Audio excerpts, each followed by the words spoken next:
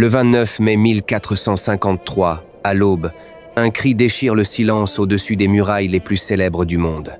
Ce cri, c'est celui d'un empire millénaire qui rend son dernier souffle. Aujourd'hui, nous allons revivre cette journée qui a changé la face du monde. Constantinople. Pendant plus de 1000 ans, cette cité a été le joyau de la civilisation, le pont entre l'Orient et l'Occident, la capitale d'un empire que l'on croyait éternel. Mais en ce printemps de 1453, l'éternité touche à sa fin. Pour comprendre comment un tel colosse a pu tomber, nous devons remonter dans le temps. Nous devons marcher dans les rues de cette ville fabuleuse, sentir la peur monter dans les cœurs de ses habitants et assister à l'affrontement titanesque entre deux mondes irréconciliables. Tout commence avec un jeune homme de 21 ans, un sultan à peine sorti de l'adolescence que ses propres conseillers sous-estimant. Son nom, Mehmed. L'histoire le connaîtra bientôt sous un autre titre, Mehmed le Conquérant, Fatih Sultan Mehmed. Depuis son plus jeune âge, Mehmed nourrit une obsession dévorante. Chaque nuit, il étudie les cartes de Constantinople. Chaque jour, il rêve de franchir ces murailles que nul n'a jamais conquises. Cette ville hante ses pensées comme un fantôme magnifique et inaccessible. Face à lui se dresse un autre homme, bien différent. Constantin XI, paléologue, le dernier empereur de Byzance.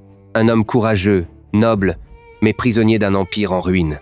Son territoire se résume désormais à Constantinople et à quelques lambeaux de terre alentour. L'empire byzantin, héritier direct de Rome, n'est plus que l'ombre de sa gloire passée. Ses provinces ont été dévorées une à une par les Ottomans. Ses alliés occidentaux l'ont trahi à maintes reprises. Constantinople est devenue une île chrétienne dans un océan ottoman. Mais Constantinople possède un atout que nulle autre ville au monde ne peut revendiquer, ses murailles. Les murailles théodosiennes, construites au 5e siècle, forment une triple ligne de défense longue de 6 km. Elles ont repoussé tous les assaillants pendant 1000 ans. 3 rangées de murailles, un fossé profond rempli d'eau, des tours espacées tous les 60 mètres. Arabes, Bulgares, Russes, Avars, tous s'y sont brisés les dents. Ces murs sont une légende vivante. Mais Mehmed possède une arme que personne n'a jamais vue. Un canon. Mais pas n'importe quel canon. Un monstre de bronze de 8 mètres de long, capable de projeter des boulets de pierre de 600 kilos à plus d'1 kilomètre. Son créateur, un ingénieur hongrois nommé Orban, que Constantinople n'a pas eu les moyens de payer. L'ironie est cruelle. Orban avait d'abord proposé ses services à Constantin, mais l'empereur, dont les caisses étaient vides, ne pouvait offrir que des promesses. Orban s'est alors tourné vers Mehmed, qui l'a couvert d'or. Le destin de Constantinople venait de basculer dans un atelier de forge. Pendant l'hiver 1452, les préparatifs ottomans prennent une ampleur terrifiante. Mehmed rassemble une armée colossale, entre 80 000 et 100 000 hommes. Face à eux, Constantinople ne dispose que de 7 000 défenseurs, 7 000 contre 100 000. Constantin envoie des ambassadeurs désespérés à travers l'Europe. Au pape, au roi de France et d'Angleterre, aux républiques italiennes. Il supplie, il implore. La chrétienté laissera-t-elle tomber sa sœur d'Orient? La réponse est un silence assourdissant. Presque personne ne viendra. Un seul homme répond à l'appel avec courage. Giovanni Giustiniani, un noble génois, expert en fortification. Il arrive à Constantinople en janvier 1453 avec 700 soldats aguerris. 700 hommes. C'est dérisoire, mais c'est tout ce que l'Occident offrira. Giustiniani devient immédiatement le bras droit de Constantin. Ensemble, ils inspectent chaque mètre des murailles, renforcent les points faibles, organisent la défense. Chaque habitant est mobilisé. Moines, marchands, femmes et enfants transportent des pierres et préparent l'huile bouillante. Mais avant même le siège terrestre, Mehmed frappe un coup stratégique magistral. Il fait construire une forteresse sur la rive européenne du Bosphore, Rumeli Hisari, en 4 mois seulement. Ce verrou de pierre coupe Constantinople de la mer Noire et de son approvisionnement en blé. Le message est clair. Constantinople est encerclée. Mehmed contrôle désormais le Bosphore. Tout navire qui tente de passer sans autorisation est coulé sans pitié. Un capitaine vénitien l'apprend à ses dépens. Son équipage entier est exécuté. La terreur s'installe dans la ville. Le 2 avril 1453, l'horizon tremble. L'immense armée ottomane apparaît devant les murailles de Constantinople. Des dizaines de milliers de soldats, des centaines de canons, des tours de siège. Le sol vibre sous le pas cadencé de cette marée humaine. Mehmed installe son campement face à la porte Saint-Romain, le point le plus vulnérable des murailles. Sa tente royale, écarlate et or, domine le paysage. De là, il observe la ville qu'il convoite depuis l'enfance. Bientôt, se promet-il, elle sera sienne. Le 6 avril, le bombardement commence. Le grand canon d'Orban rugit pour la première fois. L'explosion est si puissante qu'elle s'entend à 15 km. Le boulet de 600 kg frappe les murailles théodosiennes dans un nuage de poussière apocalyptique. Les murs tremblent, la terre tremble. Jour après jour, le bombardement ne cesse pas. Les murailles qui ont résisté 1000 ans commencent à se fissurer. Mais chaque nuit, les défenseurs réparent les brèches avec une énergie désespérée. Pierre, terre, tonneaux de bois, tout est bon pour colmater les plaies de la muraille. Le grand canon d'Orban est une arme terrible, mais imparfaite. Il ne peut tirer que 7 fois par jour, tant il met de temps à refroidir. Et après quelques semaines, des fissures apparaissent dans le bronze. Orban lui-même périra, tué par l'explosion de l'une de ses propres créations. Pendant ce temps, sur la mer, une autre bataille fait rage. La flotte ottomane, forte de plus de 100 navires, tente de forcer l'entrée de la Corne d'Or. Mais une immense chaîne de fer, tendue en travers du détroit, bloque leur passage. Cette chaîne est le bouclier maritime de Constantinople. Le 20 avril, un miracle semble se produire. 4 navires chrétiens, 3 Génois chargés de vivres et un transport byzantin forcent le blocus ottoman. Malgré le vent contraire, malgré les flèches et le feu grégeois, ils parviennent à franchir la ligne ennemie. Depuis les murailles, les habitants de Constantinople poussent des cris de joie en voyant les navires alliés percer le blocus. Mais depuis sa tente, Mehmed hurle de rage. Il est si furieux qu'il lance son cheval dans la mer, comme s'il voulait combattre les navires lui-même. Mehmed punit son amiral, Baltaoğlu, en le faisant battre publiquement. Mais la défaite navale ne fait que renforcer sa détermination. Si la flotte ne peut pas franchir la chaîne, alors il fera passer ses navires par la terre. Une idée si folle que personne n'y croit. Et pourtant, l'impossible se réalise. Dans la nuit du 22 avril, Mehmed fait construire un chemin de rondins graissé à travers la colline de Pera. 70 navires ottomans sont tissés hors de l'eau et tirés par des bœufs sur plusieurs kilomètres à travers les terres. Au matin, les habitants de Constantinople n'en croient pas leurs yeux. 70 navires de guerre ottomans flottent dans la Corne d'Or, derrière la chaîne de protection. L'impossible s'est produit. Le génie militaire de Mehmed vient de réécrire les règles de la guerre. Le moral des défenseurs vacille. La Corne d'Or, leur sanctuaire maritime, est désormais un front de plus à défendre. Constantin doit étirer ses maigres forces encore davantage. 7000 hommes pour défendre 20 km de murailles terrestres et maritimes. L'équation est impossible. Mais les Byzantins ne fléchissent pas. Ces hommes et ces femmes se battent avec la rage de ceux qui n'ont plus rien à perdre. Chaque brèche est colmatée, chaque assaut repoussé. Les semaines passent, et Constantinople tient toujours. Mehmed commence à douter. Au sein du camp ottoman, les tensions montent. Le grand vizir Sandarli Halil Pacha conseille la retraite. Le siège coûte une fortune, les maladies déciment les troupes, et chaque jour de retard augmente le risque qu'une armée chrétienne de secours arrive. Mehmed refuse catégoriquement. Sous terre, une guerre invisible se déroule dans l'obscurité totale. Les Ottomans creusent des tunnels pour saper les fondations des murailles. Mais un ingénieur écossais au service de Constantinople, Johannes Grant, détecte les vibrations et inonde les galeries ennemies. Les mineurs ottomans se noient dans le noir. Le 10 à 8 avril, un premier grand assaut terrestre est lancé. Des milliers de soldats ottomans se ruent contre les murailles avec des échelles, des crochets et une fureur animale. La bataille fait rage pendant 4 heures. Les défenseurs, galvanisés par Giustiniani, repoussent l'attaque dans un bain de sang. Les pertes ottomanes sont effroyables. Des centaines de corps jonchent le fossé au pied des murailles. Mais Mehmed dispose d'un avantage écrasant, le nombre. Pour chaque soldat tombé, 10 autres attendent leur tour. La guerre d'usure joue en sa faveur. Constantinople s'épuise lentement. À l'intérieur de la ville, la situation se détériore. Les vivres s'amenuisent. Les blessés s'accumulent dans les églises transformées en hôpitaux de fortune. La peur gagne les esprits, mais aussi la superstition. On raconte que des signes divins annoncent la fin de l'Empire. Le 24 mai, une éclipse de lune plonge la ville dans l'obscurité. Les Byzantins y voient un présage funeste. Une ancienne prophétie affirme que Constantinople tombera quand la lune se voilera la face. La panique se répand dans les rues comme un poison invisible. Le lendemain, un brouillard épais et inhabituel enveloppe la ville. Puis, au crépuscule, une lueur étrange apparaît au sommet de Sainte-Sophie. Certains jurent voir du feu danser sur le dôme. Pour les Byzantins, c'est l'Esprit Saint qui quitte la cathédrale. Dieu abandonne Constantinople. Mehmed, lui, interprète ces mêmes signes comme la confirmation de son destin. Le prophète lui-même, selon la tradition, avait annoncé la conquête de Constantinople. Mehmed se croit élu par le ciel. Le 26 mai, Mehmed convoque son conseil de guerre pour la dernière fois. L'assaut final est fixé au 29 mai. 3 jours pour préparer l'offensive suprême. Il ordonne un jour de jeûne et de prière à toute son armée. Puis, la nuit du 28, 1000 feux illuminent le camp ottoman. Depuis les murailles, les défenseurs contemplent ce spectacle hypnotique et terrifiant. Des milliers de lumières dansent dans la nuit, accompagnées de chants et de tambours. Puis, soudainement, à minuit, tout s'éteint. Le silence qui suit est plus effrayant que tout le bruit du monde. Dans la ville condamnée, Constantin XI prend une décision sublime.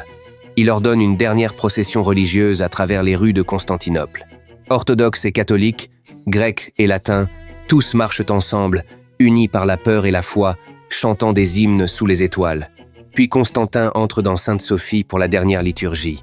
La plus grande cathédrale du monde chrétien vibre de prières et de sanglots.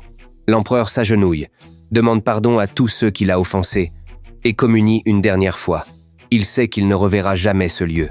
Après la messe, Constantin chevauche jusqu'aux murailles pour une dernière inspection. Il serre la main de Giustiniani. Les deux hommes échangent un regard qui dit tout. Pas de discours, pas de promesses. Juste la certitude silencieuse que demain, l'un d'eux au moins mourra. Le 29 mai 1453, 1h30 du matin. L'air est immobile.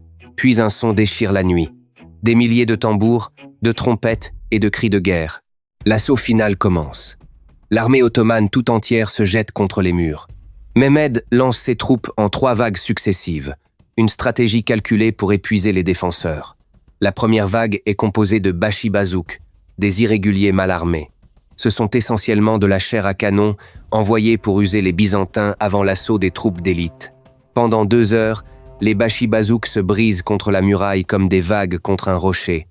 Les défenseurs les repoussent avec une efficacité meurtrière. Les fossés se remplissent de corps, mais les Byzantins n'ont pas le temps de souffler.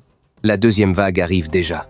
La deuxième vague, composée des troupes régulières d'Anatolie, est bien plus redoutable. Ces soldats professionnels attaquent avec discipline et acharnement. Le combat est féroce sur toute la longueur des murailles. Giustiniani est partout à la fois, colmatant chaque brèche, ralliant chaque section qui faiblit. Le canon géant tonne une nouvelle fois dans l'obscurité. Un pan entier de murailles s'effondre dans un grondement apocalyptique. Les Ottomans se ruent dans la brèche. Mais Giustiniani y jette ses meilleurs hommes, et au corps à corps, dans la poussière et le sang, la brèche est colmatée. La deuxième vague est repoussée. Les défenseurs, couverts de sang et de poussière, exultent brièvement. Mais ils savent ce qui vient. La troisième vague, l'élite de l'armée ottomane, les janissaires. Les guerriers les plus redoutés du monde méditerranéen s'avancent dans un silence glaçant. 12 000 janissaires marchent au son des métères, la musique militaire ottomane. Leurs cymbales et leurs tambours créent un rythme hypnotique et terrifiant. Ces hommes, recrutés enfants dans les familles chrétiennes des Balkans, sont des machines de guerre forgées par des décennies d'entraînement impitoyables. Les janissaires frappent les murailles comme un marteau sur une enclume. L'impact est dévastateur. Les défenseurs, épuisés par 4 heures de combat ininterrompus, chancellent sous cette nouvelle pression. Pour la première fois, la ligne de défense menace de rompre. Constantinople vacille. C'est alors que le destin frappe son coup le plus cruel.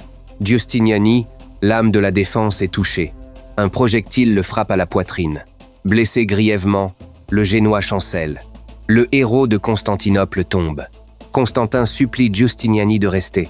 Mais le Génois, en état de choc, demande qu'on ouvre la porte intérieure pour l'évacuer. Cette porte ouverte sera la fissure fatale dans la défense de Constantinople. Les soldats qui voient Giustiniani évacué perdent courage.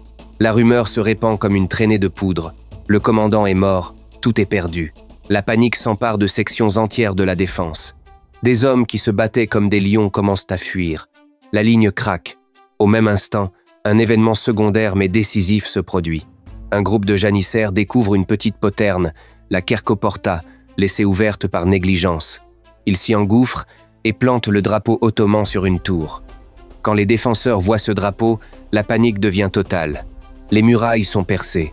Les janissaires déferlent par la brèche principale et par la Kerkoporta simultanément. La défense organisée se désintègre. Des combats dispersés éclatent dans les rues, mais la bataille est perdue. Constantinople, après 1000 ans d'invincibilité, est en train de tomber. Et Constantin, le dernier empereur de Rome, ne fuit pas. Il ne se rend pas. Selon la légende, il arrache ses insignes impériaux, dégaine son épée et charge dans la mêlée. Il disparaît à jamais dans la fureur du combat. Son corps ne sera jamais formellement identifié. Certains disent qu'il fut décapité dans la mêlée. D'autres racontent que des anges l'ont transformé en statue de marbre, endormi sous la terre, attendant le jour où Constantinople sera libérée. Le dernier empereur devint une légende éternelle. Pendant 3 jours, conformément à la tradition de l'époque, Mehmed autorise le pillage de la ville. Les soldats déferlent dans les rues, les maisons, les églises. Des trésors d'art byzantins accumulés pendant un millénaire sont détruits ou dispersés. La bibliothèque impériale est anéantie à jamais. Des milliers de civils se réfugient dans Sainte-Sophie, persuadés que Dieu les protégera dans sa maison. Les portes massives de la cathédrale sont enfoncées. Les réfugiés sont capturés et réduits en esclavage. La plus grande église de la chrétienté orientale résonne de cris au lieu de prières. Mehmed entre dans Constantinople en vainqueur le 30 mai. Il chevauche lentement à travers les rues dévastées, observant la désolation avec un mélange de triomphe et de mélancolie. Il aurait murmuré un vers de poésie persane. L'araignée tisse sa toile dans le palais des Césars. Puis Mehmed se dirige vers Sainte-Sophie. Il descend de cheval, ramasse une poignée de terre et la verse sur son turban en signe d'humilité devant Dieu. Il entre dans l'immense cathédrale, lève les yeux vers le dôme majestueux et prononce les mots qui changeront tout. Sainte-Sophie, cathédrale chrétienne depuis 9 siècles, deviendra une mosquée. Le sultan ordonne que les mosaïques soient recouvertes de plâtre, que les cloches soient retirées, qu'un mihrab soit ajouté. Ce qui était le cœur du christianisme oriental bat désormais au rythme de l'islam. La chute de Constantinople envoie une onde de choc à travers le monde entier. En Europe, la nouvelle provoque terreur et consternation. Les cloches des églises sonnent le glas. Le pape appelle à une croisade qui ne viendra jamais. Le dernier vestige de l'Empire romain a disparu pour toujours. Mais la chute de Constantinople ne sera pas seulement une fin. Elle sera aussi un commencement. Des milliers de savants byzantins fuient vers l'Italie, emportant avec eux des manuscrits grecs anciens. Ces textes, redécouverts par l'Occident, alimenteront la Renaissance. Constantinople, rebaptisée Istanbul, deviendra la capitale magnifique de l'Empire ottoman. Mehmed la reconstruira, la repeuplera, en fera un carrefour cosmopolite où musulmans, chrétiens et juifs cohabiteront. Le conquérant se transforme en bâtisseur. La ville renaît sous un autre nom. Pour l'Europe chrétienne, la perte de Constantinople a un autre effet inattendu. La route terrestre vers l'Asie étant désormais contrôlée par les Ottomans, les Européens cherchent des routes maritimes alternatives. Cette quête mènera directement aux grandes explorations. Colomb, Vasco de Gama, Magellan. La chute de Constantinople est donc bien plus qu'une bataille. C'est un point de bascule, le moment précis où le Moyen-Âge s'achève et où le monde moderne commence à naître. Une date charnière que tout historien reconnaît, 1453, l'année où tout a changé. Aujourd'hui encore, les murailles théodosiennes se dressent à Istanbul. Elles portent toujours les cicatrices des boulets de Mehmed. Si vous tendez l'oreille, dit-on, vous pouvez encore entendre l'écho des combats. Les pierres se souviennent de ce que les hommes oublient. 7000 défenseurs contre 100 000 assaillants. Un empereur qui meurt l'épée à la main. Un jeune sultan qui réalise le rêve de 8 siècles. Une ville qui tombe et un monde qui se transforme. Voilà l'histoire de la chute de Constantinople. Voilà pourquoi nous ne devons jamais l'oublier. Si cette histoire vous a transporté, si vous avez ressenti le souffle de l'histoire sur votre visage, alors notre mission est accomplie. Mais ce n'est que le début. Des dizaines d'autres récits extraordinaires vous attendent sur cette chaîne. Des récits qui méritent d'être racontés et entendus. Abonnez-vous au Récit du Temps pour ne rien manquer. Activez la cloche pour être les premiers à voyager dans le passé avec nous. Et partagez cette vidéo, car l'histoire n'a de sens que lorsqu'elle est transmise. À bientôt, voyageurs du temps. L'histoire continue.